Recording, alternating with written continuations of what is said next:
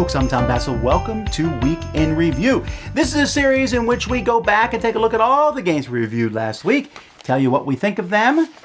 I put links in the description, so if you want to go check out more about the review, you can see it there. So let's get started with Z Garcia. Hey everybody, Z Garcia here. So last week we put out a new Talking Tower. Go check that out. And I did 3 reviews. So I reviewed a game called Wongdo. This gets a 5 out of 10 for me. It's a very simple connection game with very little happening. It's a gorgeous looking game, but it's just super samey and doesn't have a lot to keep me coming back to the table. I found the whole thing just particularly underwhelming. I reviewed a game called The Forgotten City. Now there has quite a bit going on, but it feels like the production was sort of mismanaged. There's a lot of issues that I have. Some typos, some of the components are simply too small for everything that is supposed to populate on them.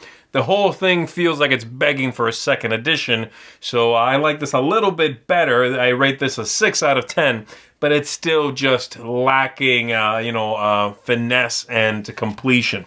And then lastly, I reviewed Carpe Diem. This is the latest Stefan Feld game. I rate this an 8 out of 10. Definitely an ugly game, but a really incredibly, engaging and thinky and puzzly game. I really like this one. So Carpe Diem is one of my favorite Felds in a while, and I was quite happy to play it. I think you're going to like it if you enjoy his kinds of games. That's it for me. I will see you all next time. Hey folks, welcome back to another week in review. Did 4 videos for you this week. The first 2 are reviews.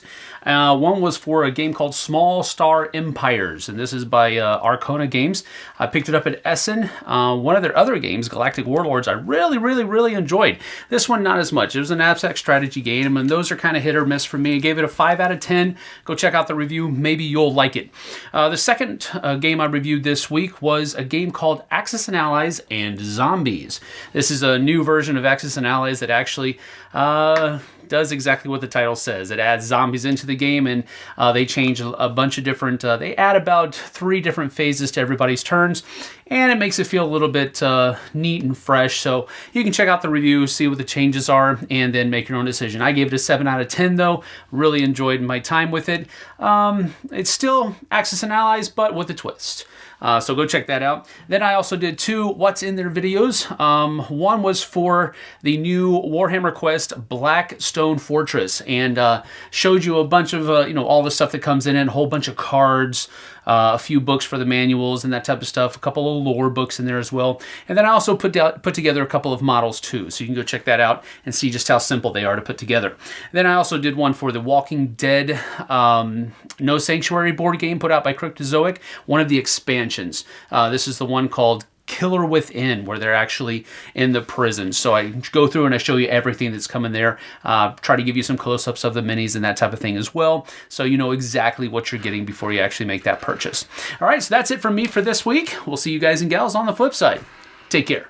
All right, for me, first of all, Dynamals. This is a game where you just draw cards till you get a mixture of a dinosaur and an animal. Cute artwork, and other than that, it's a really bad game, unfortunately. Barely Working. This is an auction game where you get these little teddy bears. Oh, that's cute. But the game itself is so random, and so, you just bid and hope you get the right bears. There's a lot of these little auction games. This one doesn't stand out in any way other than the theme, and I don't think the theme is strong enough to carry it through. Astro Drive. This is a racing game with very lackluster components. It's okay. You play a card, you move your ship around, you program, you drive it through. Nothing to write home about though. It will be forgotten in a month. The Great City of Rome.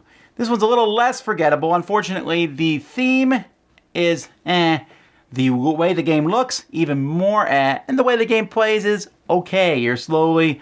there's a neat central mechanism that I don't think is used well enough in the game. It's a pretty interesting idea as you collect these tiles, but it's just not enough. Pokey Dokie. Silly little game where you poke out cubes to make words.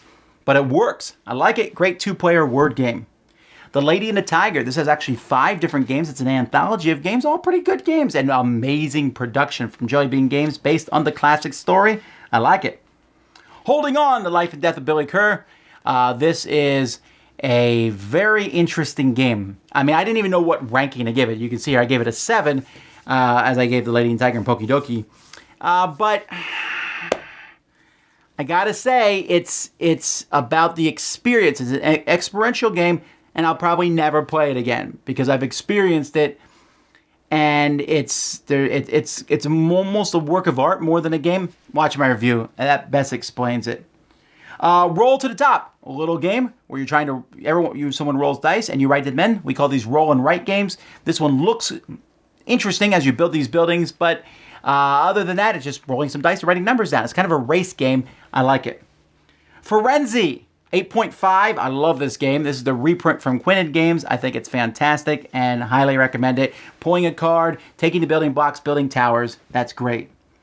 Terraforming Mars Colonies, also fantastic. Not as good as Prelude, but this is my second favorite expansion so far. I like the colonies. I like sending the ships out. It gives you one extra thing to do. Pretty fantastic. And then also over the course of the week, I put out the 12 games of Christmas for kids. We did our top 21 to 11 of our top 100 games of all time. And we also did some live gaming last week. If you missed that, you can go check that out. So a lot of things going on, but that's it. Until next time, I'm Tom Bassel, and this has been Week in Review on the Dice Tower.